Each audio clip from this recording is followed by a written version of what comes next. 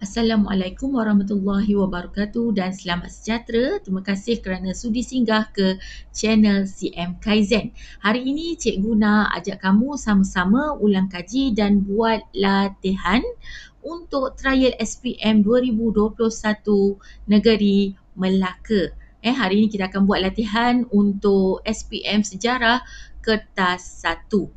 Okey, jom kita tengok site yang akan kita gunakan dalam membuat latihan ini. Sementara itu, cikgu nak kongsikan quizzes yang telah dikongsikan. Kita tengok report sekejap. Daripada perkongsian latihan, setakat ni ramailah yang mencuba untuk MRSM trial dan kita boleh tengoklah accuracy kat sini 56% yang jawab dengan betul lah accuracy dia. Kalau kita tengok di negeri Melaka, Melaka 49% je dan mungkin tak ramai yang nak cuba. Soalan negeri Melaka ni juga sedikit sukar, tapi kita nak test lah kejap lagi soalan untuk trial negeri Melaka. Okey, cikgu nak maklumkan perkongsian hari ini ia sekadar santai-santai, memang katakan kita sekadar buat latihan. Dan kita tak tahulah betul ke salah, itu memang cikgu buat atas intention latihan tanpa melihat jawapan. Okey, tu cara kita nak buat latihan. Okey, jom kita lihat kepada soalan. Murid-murid boleh lihat di ruangan description. Cikgu telah kongsikan site untuk himpunan soalan-soalan trial negeri SPM Kertas Sejarah 1 2021. Kertas Sejarah 2 juga boleh dilihat di bahagian tab di sebelah kiri. Dan perkongsian hari ini kita nak kongsikan dan kita nak cuba buat latihan trial negeri Melaka. Okey, saya akan tutup offkan dia punya muzik sebab mungkin cikgu nak baca soalan dan nak sama-sama buat latihan dengan kamu. Okey, muzik memang cikgu off. Okey, kita buat latihan sama-sama. Kalau kamu buat latihan ni sambil duduk tepi pantai, sambil duduk depan TV pun tak ada masalah sebenarnya, sebab kita melihat nanti kalaupun kita ada membuat kesilapan, kita belajar daripada kesilapan tersebut. Itu maksud saya, kita buat latihan berkali-kali. Okey, kita start untuk jawab soalan. Tekan start game. Hari ni cikgu nak guna tema apa Tema klasik ke tema, tukarlah tema sekejap. Start game. Soalan 1, novel berikut dikarang oleh Ahmad Murad Nasaruddin pada abad ke-20. Apakah mesej yang ingin disampaikan melalui novel tersebut? Adakah keganasan Parti Komunis? Ini adalah tentang Jepun. Keberanian Albert Kwok itu juga tentang Jepun di Sabah. Sabah, Sarawak, tak pasti. Kekejaman tentera Jepun, kegagahan Lieutenant Adnan. So ini nyawa di hujung pedang adalah tentang kekejaman. Nampak tak gambar nak dihukum pancung. So memang itulah jawapan dia. Nampak mudah soalan, tapi soalan itu tak mengikut apa orang kata, tak mengikut soalan 1 mesti bab 1 tingkatan 4. Tak apa, kita jalan je. Tokoh berikut telah mengadakan lawatan ke Sarawak dan Sabah semasa proses pembentukan Malaysia. Apakah iktibar yang diperoleh daripada tokoh-tokoh tersebut? Adakah kebijaksanaan mendapatkan sokongan? Ni bukan. Kecekapan menjalankan tugas? Bukan juga. Kemampuan mengekalkan kuasa? Tokoh berikut mengadakan lawatan. Tun Ghaffar Baba, Dr. Burhanuddin Hilmi. Ini adalah semasa kita nak menjadi Malaysia. Malaysia, pembentukan Malaysia. Jadi ia adalah kesepakatan menyelesaikan masalah. Jom kita cuba. Nampaknya betul di situ. Undang-Undang Tubuh Kerajaan Pahang, Undang-Undang Perlembagaan Tubuh Kerajaan Kelantan. So apa soalan ni?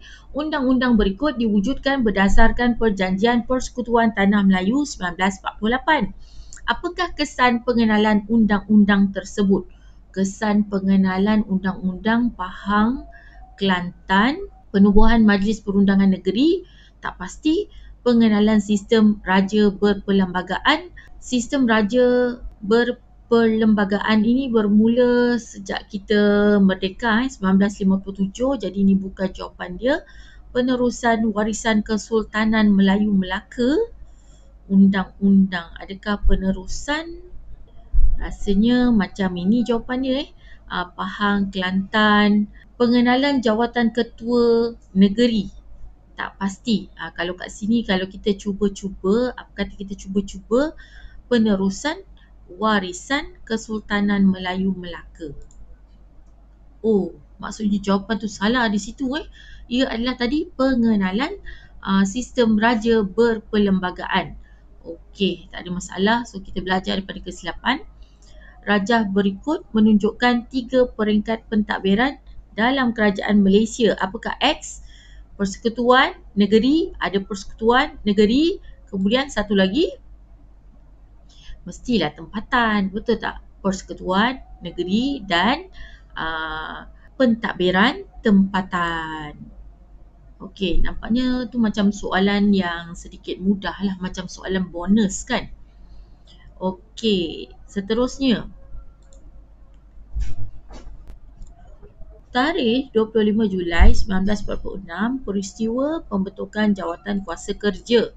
Jadual berikut merujuk jawatan kuasa yang ditubuhkan di Tanah Melayu. Mengapakah jawatan kuasa tersebut ditubuhkan?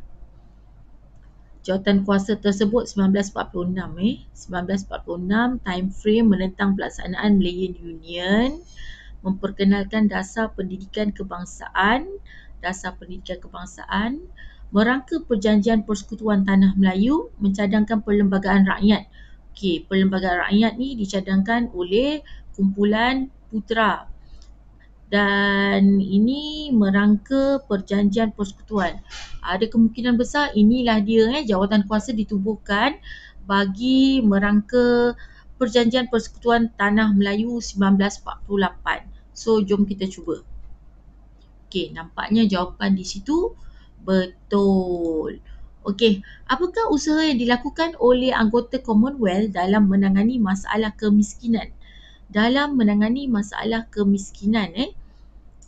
Kalau cikgu, kalau melaksanakan rancangan Colombo ni macam dia beri bantuan makanan, melancarkan program buku merah ini di Malaysia sendiri, menubuhkan tabung kemanusiaan, mengadakan sidang kemuncak dunia.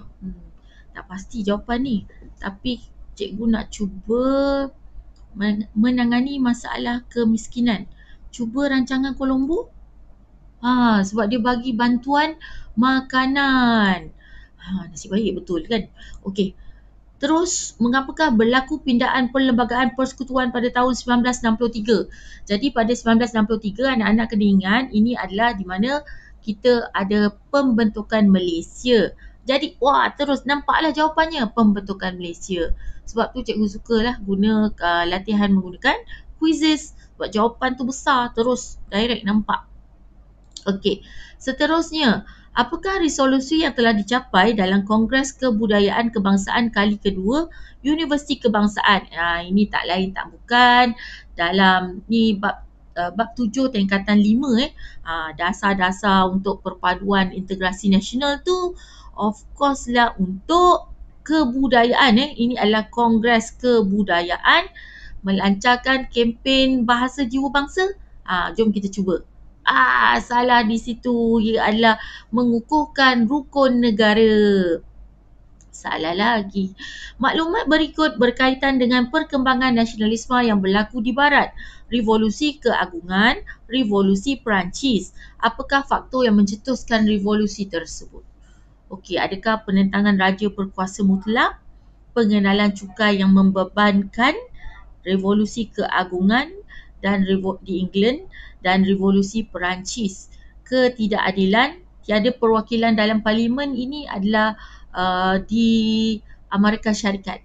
Amerika Syarikat. Cukai juga cikgu rasakan di Amerika Syarikat. Ini adalah soalan fakta lah. Apa kata kita pergi kepada penentangan raja berkuasa mutlak? Betul di situ. Okey. Tak study, kita cuba jawablah cara tak study kan. Kemudian nanti kita lihatlah daripada yang salah tadi, tengok balik kenapa berlaku kesilapan di situ. Maklumat berikut merujuk pasukan keselamatan yang diwujudkan di negara kita. Senoi Perak dan Sarawak Ranger, apakah peranan pasukan tersebut? Ni bila kata Senoi ni kaum asli. Sarawak Ranger of course lah di Sarawak. Adakah mengawasi kawasan pelonggongan? Of course salah lah ni. Memberi latihan ketenteraan, memberikan latihan mestilah orang yang lagi hebat lah daripada tentera-tentera ni. Membekalkan sumber makanan, dia kata pasukan keselamatan. Jadi bila kita kaitkan dengan orang asli, ia adalah menjejaki persembunyian komunis. Sarawak Ranger juga terdiri daripada kaum Iban. Kaum Iban, mereka biasa bermain ataupun mereka biasa mencari masuk dalam hutan tu. Mereka biasa masuk dalam hutan. Jadi itu adalah kelebihan mereka menjejaki persembunyian komunis. Betul lah di situ kan. Kita guna logik di situ. Ini yang best lah. Kalau quizzes kita ada redemption. Since kita ada 2 soalan yang salah tadi, jom kita pilih mana satu. Okay, ini tadi adalah resolusi kesepakatan yang telah dicapai dalam Kongres Kebudayaan Kebangsaan di Universiti Kebangsaan pada 2017. Itulah tak baca soalan habis tadi kan. Mengukuhkan rukun negara, jawapan dia tadi. Okey. Seterusnya soalan ke-11. Jadual berikut merujuk perlembagaan pentadbiran di Tanah Melayu. Apa tujuan pentadbiran tersebut diperkenalkan? Ini adalah BMA selepas Jepun tinggalkan Tanah Melayu. Apa tujuan? Adakah memulihkan kepercayaan rakyat? Nampaknya dah dapat jawapan di situ. Menyekat penentangan penduduk. Tentangan kepada siapa? Menghalang kemasukan orang dagang. Ini militeri ni. Militeri ni pasukan ketenteraan. Mengatasi kemerosotan ekonomi. Ia sebenarnya adalah memulihkan kepercayaan rakyat terhadap British. Yang tu kebetulan kita baca kan. Bolehlah kita jawab. Okey. Seterusnya. Apakah ciri-ciri tradisional yang terdapat dalam perlembagaan persekutuan? Ciri-ciri tradisional. Of course lah agama Islam. Bahasa Melayu.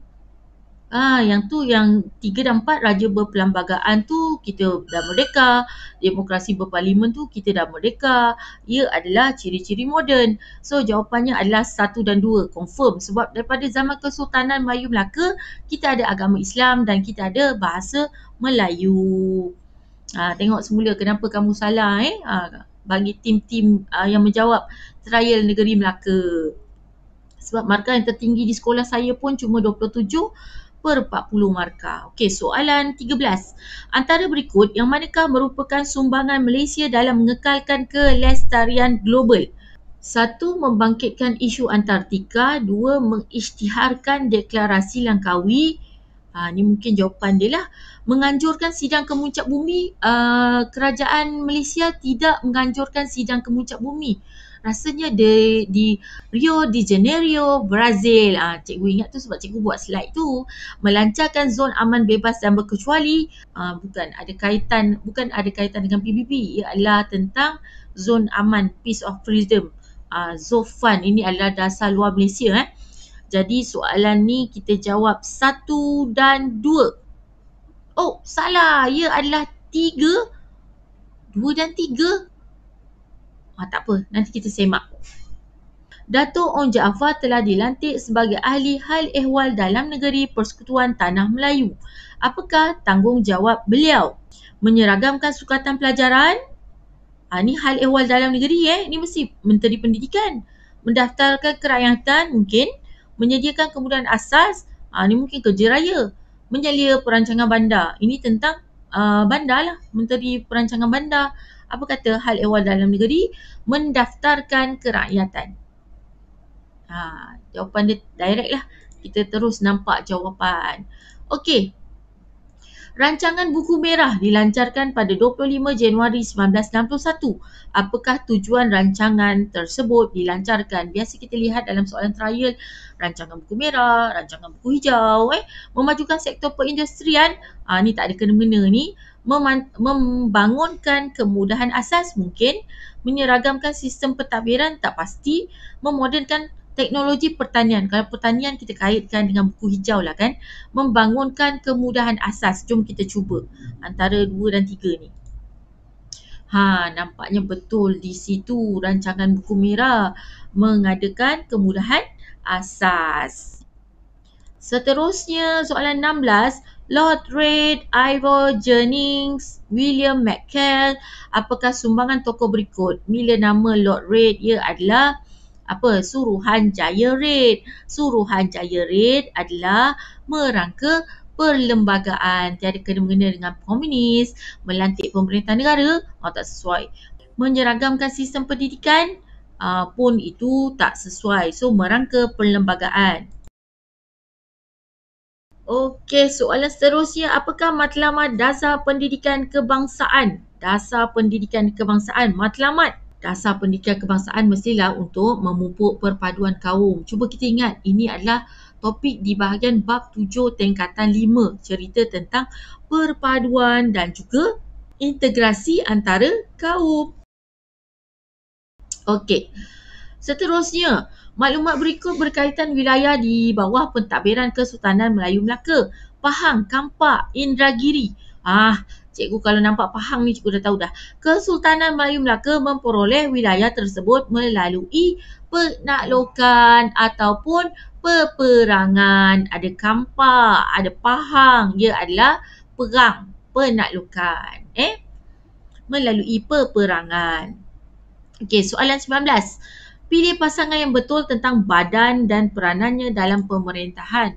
Legislatif, menggubal undang-undang, legal, menggubal undang-undang, judiciary, melaksanakan dasar kerajaan. Ni silap ni, B ni. Sepatutnya melaksanakan, dia nak pilih jawapan yang betul. Kalau eksekutif yang melaksanakan dasar kerajaan. Mentafsir perlembagaan, B dan C ni dah salah lah, dia dah salah. Kehakiman, melaksanakan pilihan raya, lagi silap tu. Kehakiman melaksanakan pilihan raya, judiciary melaksanakan. So kita cuba jawapan dia legal, menggubal undang-undang. Tapi legal juga menggubal undang-undang itu adalah parlimen. Salah. Judiciary melaksanakan dasar kerajaan, salah. Mentafsir perlembagaan. Okey, jom kita tengok soalan ni. Legislatif, menggubal undang-undang. Jom kita cuba judiciary. Jom kita cuba C. Jawapan dia legislatif, menggubal undang-undang. Tak apa, nanti kita semak. Melayu Raya merupakan idea yang diperjuangkan oleh nasionalis radikal di tanah Melayu sebelum Perang Dunia Kedua. Apakah tujuan idea tersebut? Melayu Raya ni daripada KMM, Kesatuan Melayu Muda. Apa tujuan idea tersebut? Adakah mengukuhkan perpaduan? Masa tu tak ada masalah. Melaksanakan sistem demokrasi, bukan. Menyekat pengaruh komunis, juga bukan. Ia adalah bagi memperoleh kemerdekaan. Melayu Raya bergabung dengan Indonesia. Okey, soalan ke-20. So kita ada 20 lagi soalan. Seterusnya, kedaulatan dan kekuatan sesebuah negara adalah untuk membebaskan diri daripada penjajahan barat. Pernyataan berikut berkaitan pengertian kemerdekaan. Siapa yang mengemukakan pengertian tersebut? Mahatma Gandhi, ini bukan, ini daripada India.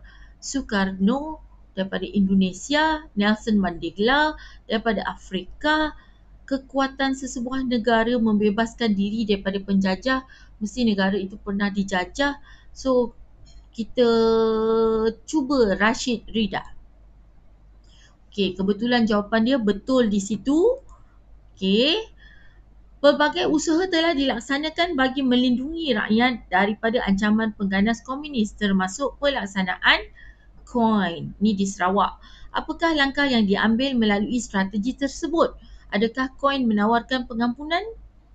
Memenangi hati rakyat tempatan? Saya rasa ini jawapan dia. Menempatkan semula penduduk? Ini kampung baru. Mengadakan catuan makanan? Ini tak pasti. Ini di tanah Melayu. Saya nak cuba memenangi hati rakyat. Langkah. Apakah langkah yang diambil? Nampaknya betul di situ.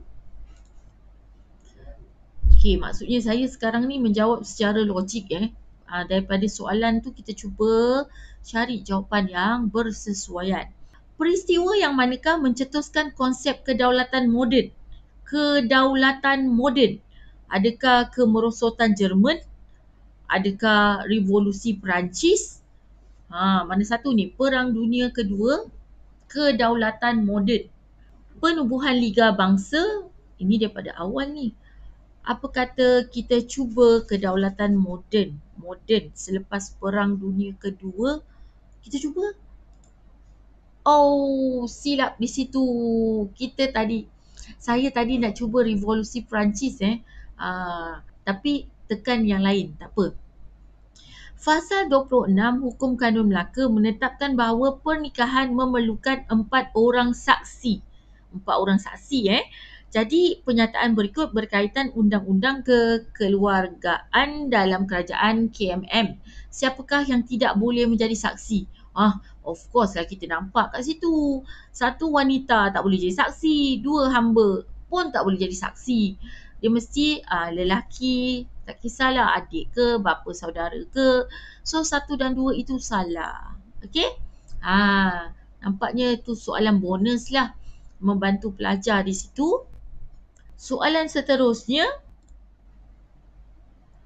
apakah matlamat masyarakat perdagangan dan perindustrian Bumiputera diwujudkan? Perdagangan dan perindustrian meningkatkan hasil keluaran industri, mengukuhkan pegangan saham. Saham ni bukanlah, saham ni lebih kepada amanah saham.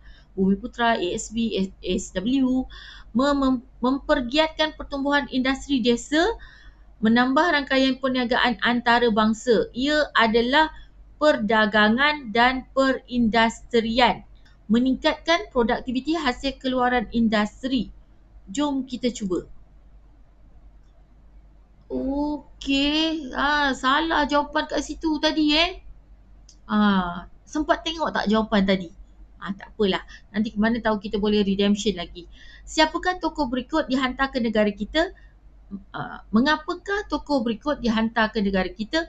Sir Harold McMichael, Gerald T. McBrien.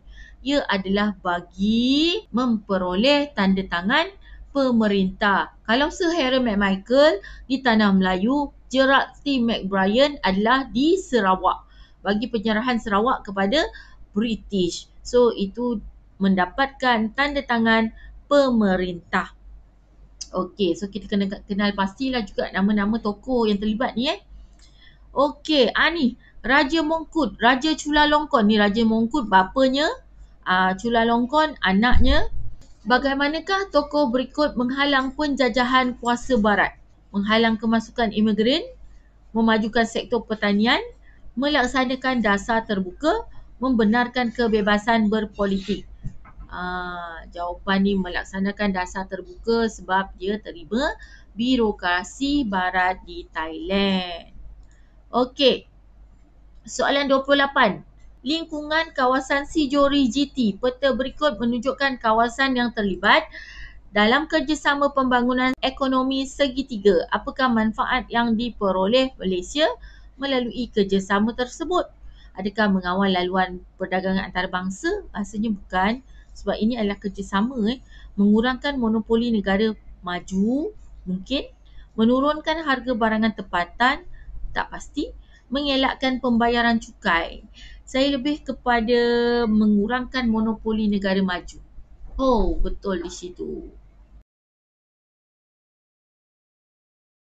Okey, soalan seterusnya. Maklumat berikut berkaitan dengan dasar ekonomi baru. DEB yang dilaksanakan dari tahun 1970 hingga tahun 1990 menggunakan strategi bersifat serampang dua mata. Apakah strategi yang dimaksudkan? Yang ni anak-anak baru belajar kan dalam tingkatan 5, menyeragamkan pentadbiran kerajaan pusat ni tiada kaitan, memperkenalkan pertanian dan perindustrian moden tiada kaitan, membasmi kemiskinan dan menyusun semula masyarakat, mungkin memajukan tanah terbiar di luar bandar dan di bandar ni adalah salah satu cara, tapi strategi yang dimaksudkan dalam DEB adalah membasmi kemiskinan, menyusun semula masyarakat. Okey. Soalan 30. Apakah syarat untuk menjadi pengundi dalam pilihan raya? Pengundi, kita mestilah jadi warga negara, betul tak? So, satu betul, siapa tak ada satu? Ini salah, ini salah.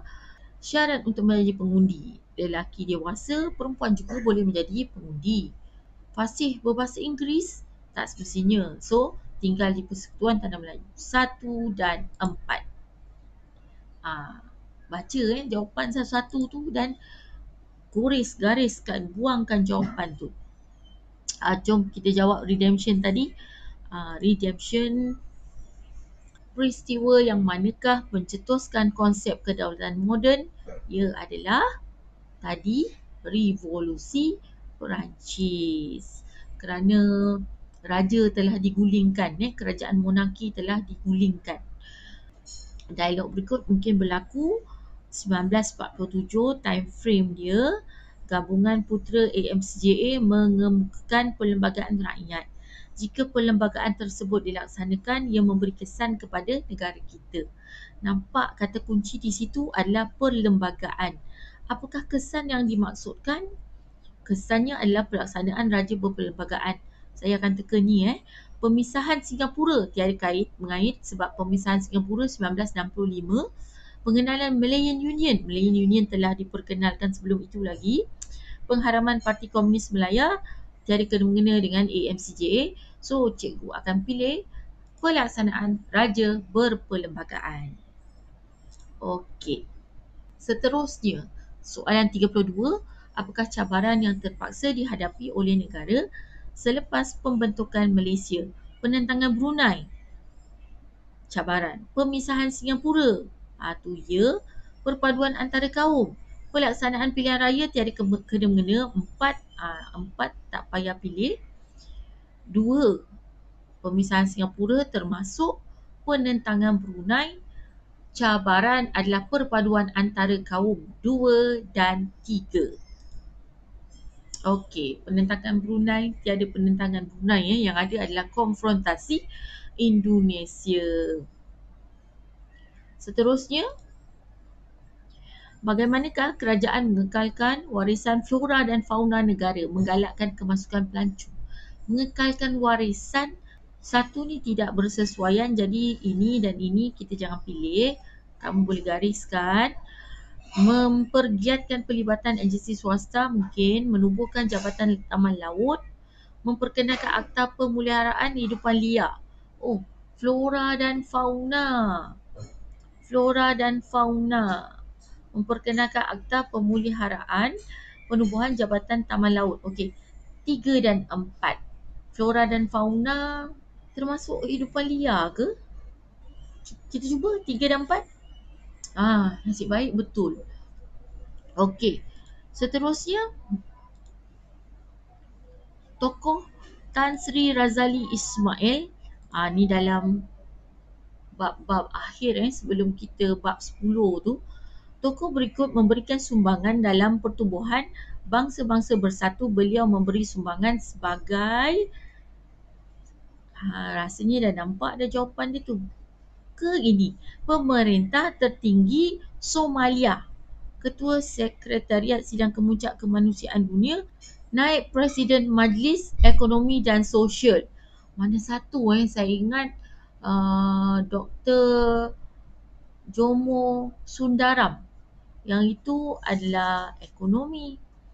Tan Sri Razali Ismail, apa kata kita cuba pemerintah tertinggi di Somalia? Salah. Ia adalah Naib Presiden Majlis Ekonomi dan Sosial. Nampak tak di situ? Salah di situ. Berdasarkan Perjanjian Persekutuan Tanah Melayu 1957, seseorang boleh menjadi warga negara Persekutuan Tanah Melayu melalui 1957 penguatkuasaan undang-undang lah. Berdasarkan perjanjian, seseorang boleh menjadi warga negara penguatkuasaan undang-undang. Yes, ia adalah secara pendaftaran. Okey, soalan ke-36, Liga Bangsa-Bangsa dibubar pada tahun 1946. Apakah peristiwa yang membawa kepada pembubaran tersebut? Adakah kerana kemerosotan kerajaan Jerman? Adakah termeterainya Perjanjian Versailles, Perang Dunia Kedua, penyatuan negara? Ia adalah Perang Dunia Kedua berlaku. Nampak? Cikgu sebenarnya tikam je tu. Tapi betul. Bahasa Cina dan Tamil diajar sebagai bahasa ketiga di sekolah rendah. Sekiranya terdapat 15 orang murid dalam kumpulan yang sama. Okey, bahasa Cina, bahasa Tamil diajar. Maklumat berikut berkaitan cadangan tentang sistem pendidikan di negara kita. Cadangan tersebut terkandung dalam Woodhead. Laporan Woodhead. Laporan Barnes. Ni laporan Barnes yang bahasa Inggeris. Laporan Fernwood. Ini adalah bahasa Cina. Ordinan Pelajaran 1952. Apa kata kita cuba adakah ia Barnes ni dia penekanan kepada bahasa Inggeris sekolah menengah. Apa kata saya cuba kepada Ordinan Pelajaran 1952 kerana ini syarat dia, terdapat 15 orang murid dalam kumpulan yang sama dalam sekolah Melayu, sekolah rendah. Mesti ajar bahasa Cina. Kalau ada lebih daripada 15 orang murid tersebut, mesti ada bahasa ketiga. Apa kata kita cuba? Betul pula di situ. Sebab laporan Woodhead tu digunakan di Sabah dan Sarawak. Gambar berikut, ni biasa kita tengok ni dalam soalan-soalan trial negeri.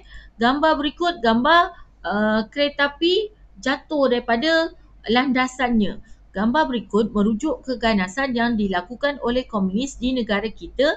Mengapakah komunis bertindak demikian? Menghalang kemasukan tentera musuh tiada kait-mengait. Ia adalah melumpuhkan sektor ekonomi British. Menyekat kemasukan imigran tiada kaitan. Menentang pelaksanaan cukai baru. Lagi tak ada kaitan. Melumpuhkan sektor ekonomi. Okey, soalan ke-39. Apakah usaha yang dilakukan oleh kerajaan bagi mengukuhkan pertahanan negara? Mengukuhkan pertahanan negara. Memodernkan teknologi senjata mungkin, menyekat pendatang asing, tak ada kena-mengena dengan pertahanan negara. Menetapkan sempadan negara kita memang dah ada sejak kita merdeka. Mendapatkan tentera upahan. Yang ni kita tak pernah baca dalam berita. Okey, memodernkan senjata, memodernkan teknologi senjata lah. Inilah mengukuhkan pertahanan negara. Secara logiknya kita dapat jawapan di situ. Okey, soalan 40. Kabinet pertama Persekutuan Tanah Melayu telah dibentuk selepas pilihan raya umum. Apakah peranan kabinet? Ni cikgu baru buat perkongsian pagi tadi. Video yang telah dikongsikan pagi tadi. Apakah peranan kabinet? Menjalankan pilihan raya. Hello, kita baru lepas pilihan raya. So, takkan nak buat pilihan raya lagi. Membincangkan soal kewangan. Ting-ting, keluar simbol duit. Menggubal perlembagaan. No, ini bukan kerja mereka. Menggubal perlembagaan itu adalah Suruhanjaya Red. Suruhanjaya Perlembagaan sebelum kita merdeka melantik ketua negara. Ini pun tak ada. Jadi ia adalah membincangkan soal keuangan, pendidikan, pertahanan. Sambil bercakap, sambil baca, sambil tak study, sekadar menggunakan pengetahuan yang ada, bolehlah 37 yang betul. Okey, bagi anak-anak yang ingin mencapai ataupun mempunyai target A dalam sejarah, pastikan objektif kamu 30 dan ke atas. Okey, dalam masa beberapa hari lagi sebelum kita menghadapi kertas SPM, kertas sejarah pada 9 Mac. Jadi kamu boleh gunakan masa yang ada ini untuk buat latihan. Mungkin satu hari satu trial negeri, buat latihan supaya kamu dapat pengalaman menjawab soalan. Betul, salah, kamu belajar daripada kesilapan. Okey, dan pastikan masa yang kamu ambil tu macam cikgu tadi menerangkan. Jadi kalau kamu ambil masa menjawab mungkin lebih cepat, lebih pantas daripada saya sendiri. Okey, dan Oh, okey. Kan ada satu peribahasa, practice make perfect. So kita jumpa lagi dalam video seterusnya. Kita jumpa lagi dalam latihan yang berikutnya. Jangan lupa subscribe, like dan sharekan video ini jika video ini bakal memberi manfaat kepada rakan-rakan yang lain. Okey, Assalamualaikum. Selamat sejahtera. Bye-bye.